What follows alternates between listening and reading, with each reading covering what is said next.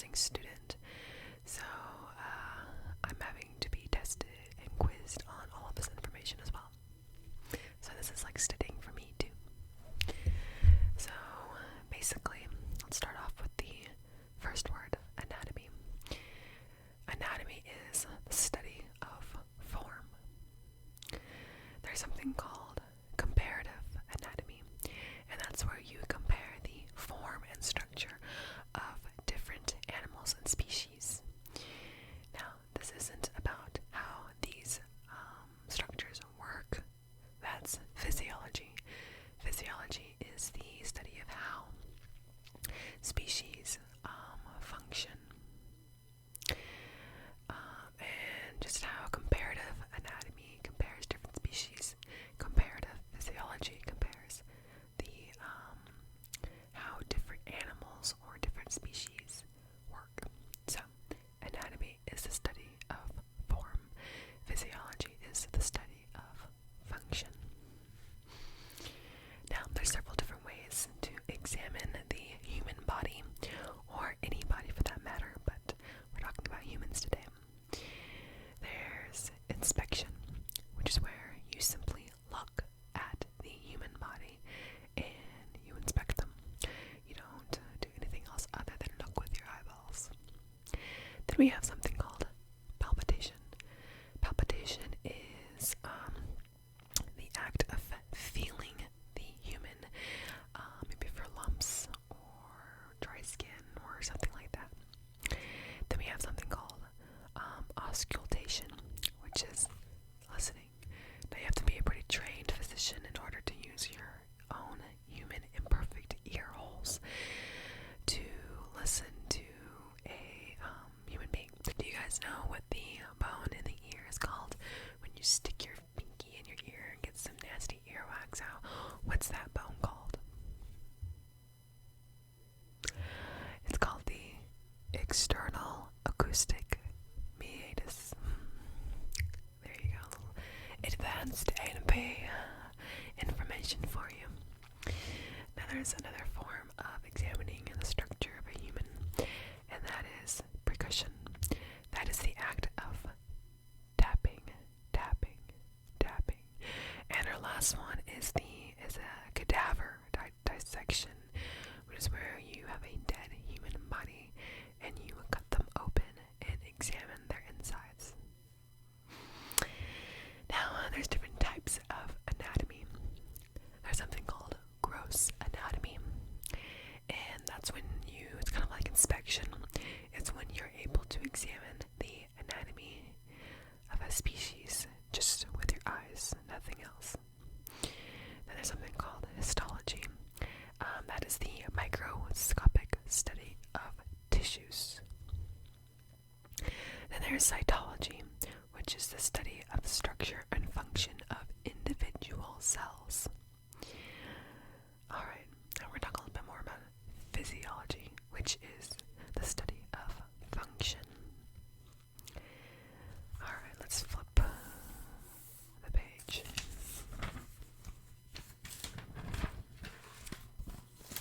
Okay.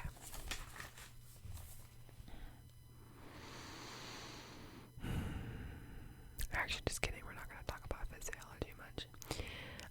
We're going to talk about the origins of biomedical science. Now, there's two places where many of our medical words come from, and it is from the Greeks and from the Roman people. Greek and Roman, Latin. Now, I'm going to give you some people who are very important, who we should thank. Hippocrates. He's known as the father of medicine.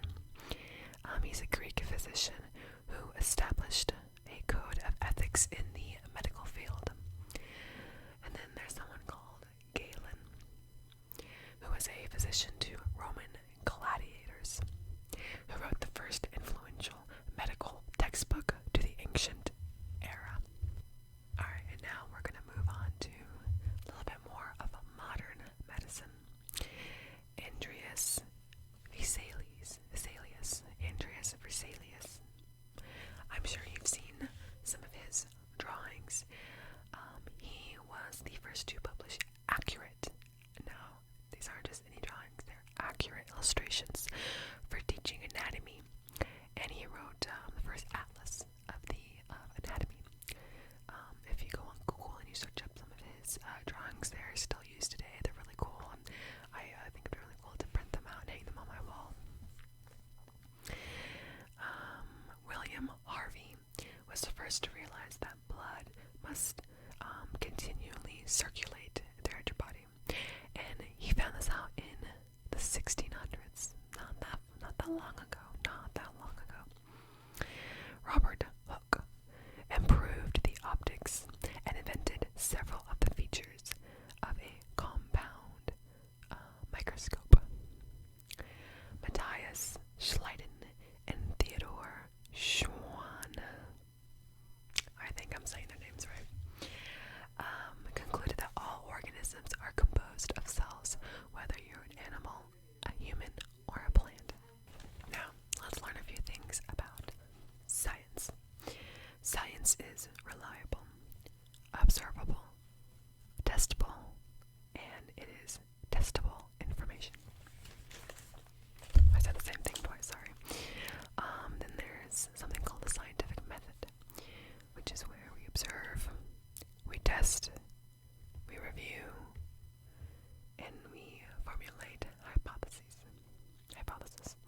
And there's limited guessing. No guessing in science, only facts. There's something called empiricism. I have a hard time with this word. Empiricism. Empicicism, which is where you only focus on the evidence. Report only what is known and knowable. Avoid speculation.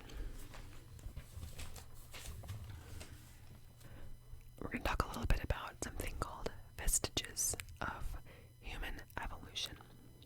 Several aspects of our anatomy make little sense without acknowledging evolution. Vestigial structures were once useful to an ancestor, but are now useless or almost useless. Now, there have been a few things known as a vestigial structure, such as the coccyx, which is a muscle attachment at the end of our spine. And for a time, people or scientists thought that it was just a useless structure. But as time has continued and we have developed more science and we have studied the body more, the function and the form, we have come to learn that the coccyx is actually very important. It holds our feces in. If it wasn't for the coccyx, we just poop everywhere. That's kind of disgusting. Also, our appendix, it used to be known as something that we didn't need. It was a vestigial structure, but science has shown that it actually is something that is beneficial, and it maintains beneficial intestinal bacteria. There's something called the human structure hierarchy. It's a chain of complexity. It goes from atoms to molecules to organelles to cells to tissue to organ system to organism. There's something called anatomical variation.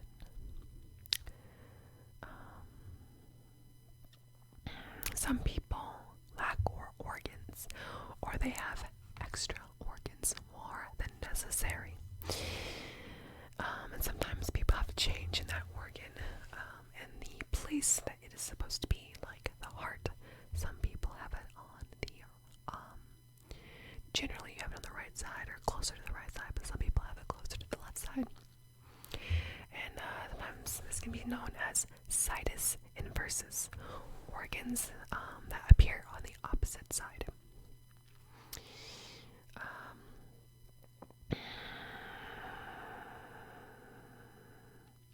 Let's continue.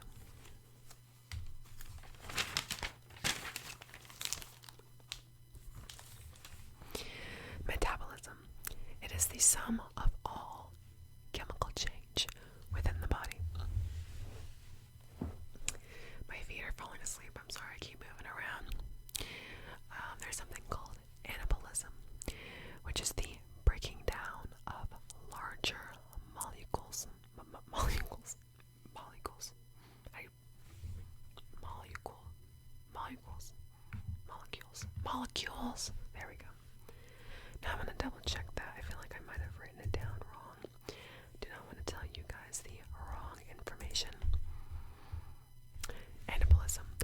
synthesis of complex molecules in living organisms from simpler ones together with the storage of energy.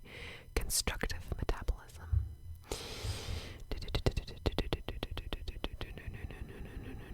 Animalism is the building up aspect of metabolism, whereas catabolism is the breaking down aspect. Okay, so animalism is building up, as where catabolism is breaking down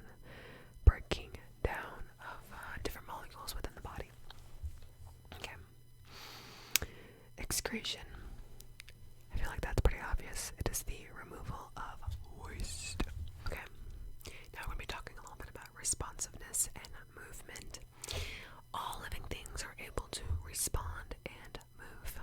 And our nerves and our muscle cells allow us to do this.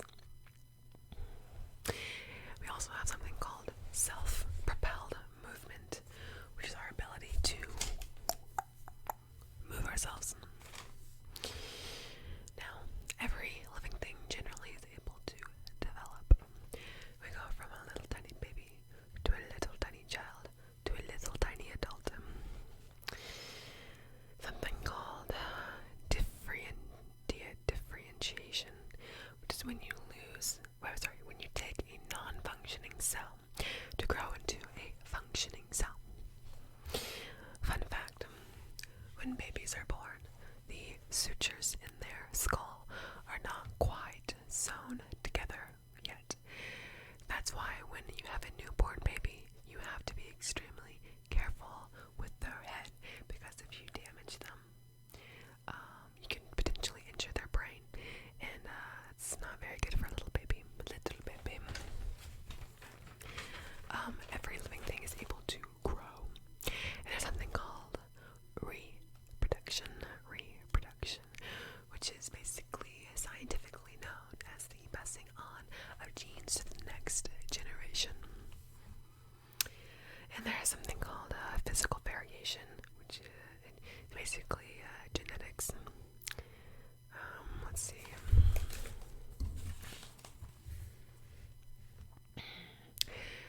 Every organ in our body is trying to maintain something called homeostasis.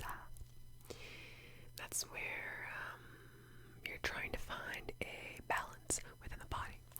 So an example is when you're too hot, you start to sweat to cool down. And when you're too cold, you start to shiver to warm up. And this is called dynamic equilibrium.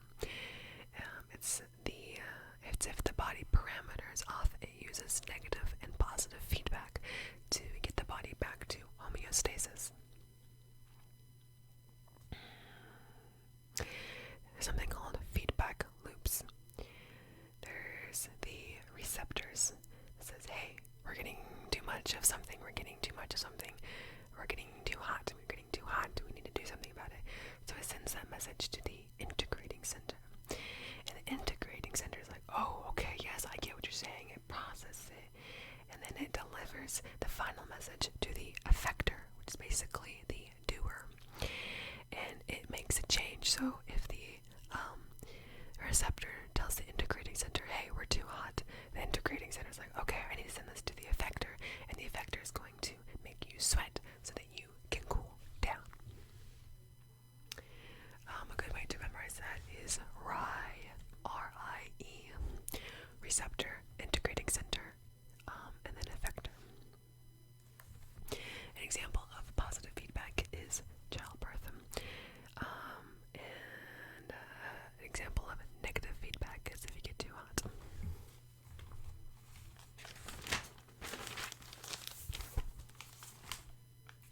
We're going to talk a little bit about the language of medicine.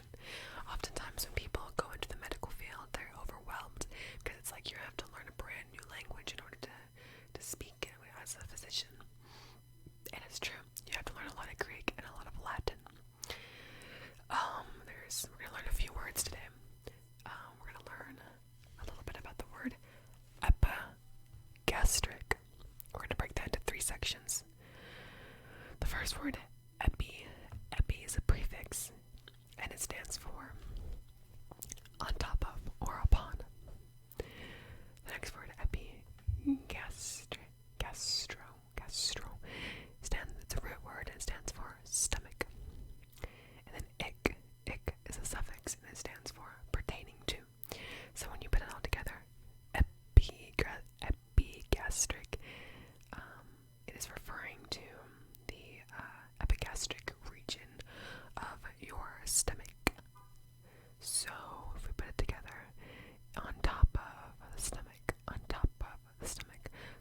is in the upper middle region of your abdominal cavity.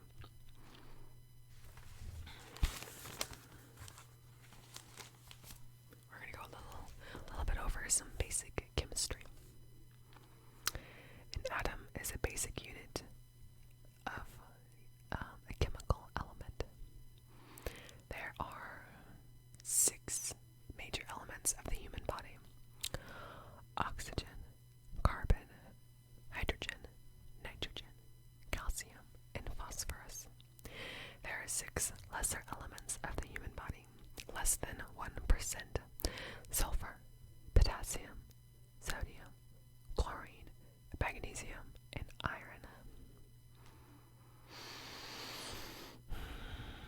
Now, there's a atomic structure with subatomic particles.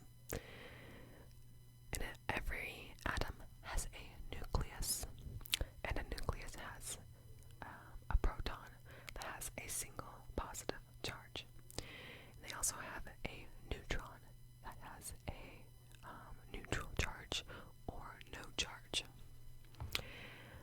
The number of protons determine the element. So every element has a different combination of protons, and so the number of protons determines the element of the periodic table.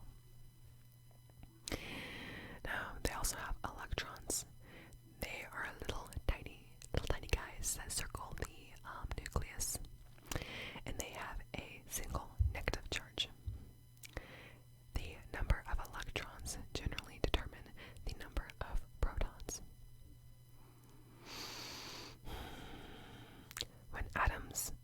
When protons and electrons are equal, the atom is neutral.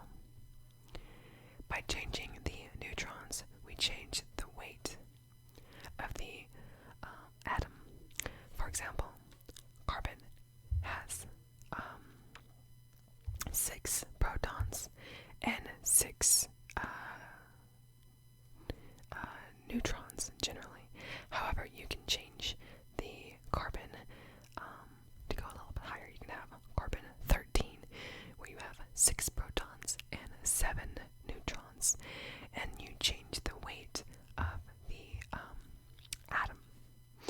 Now, when you have different carbons, carbon 12, carbon 13, they are still carbon, but there's different numbers of neutrons, and these different variations are known as isotopes.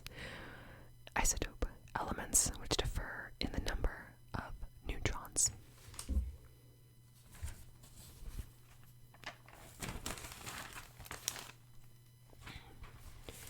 We're almost done.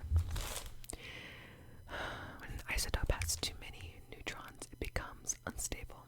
It begins to throw off particles. And this is common, and it is known as radiation or radioisotope. It is only harmful if it's ionizing radiation. If it has free radicals, this can lead to cancer.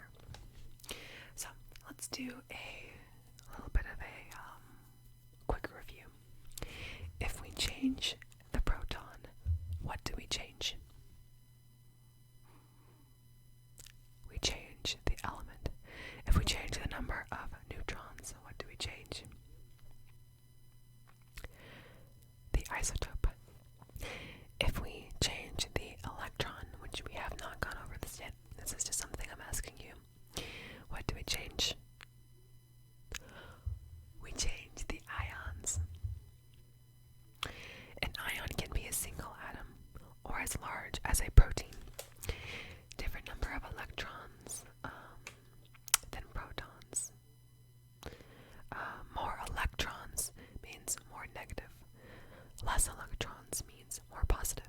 So, if we get more and more electrons, we get more and more negative. Think of electrons as crappy little mean people. And every time we get a new electron, we get more negative. And this is known as there's a way to say it. Anion is how I see it. That's with a negative charge. Now, if we get less crabby, mean old electrons, we get more positive, and this is is known as cat anion. Let's Google it. I don't want to give the wrong information.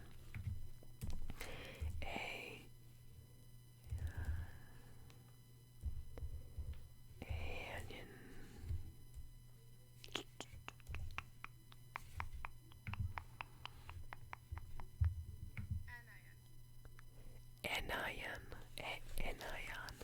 Anion is a negative charge. Cat anion is a positive charge. So, this is a little bit of a love story in my opinion. When a ion with a positive charge and an ion with a negative charge come together, they're very, very, very, very attracted to each other. This is where the saying comes into play. Opposites attract. They do attract in chemistry. So, we're done with some of the basics of anatomy and physiology. I'm learning this, as you can tell, with you guys, but I'm getting tested on it. I had my first test last week and it went really, really well. I'm also going to link some quizlets down in the description box. Some of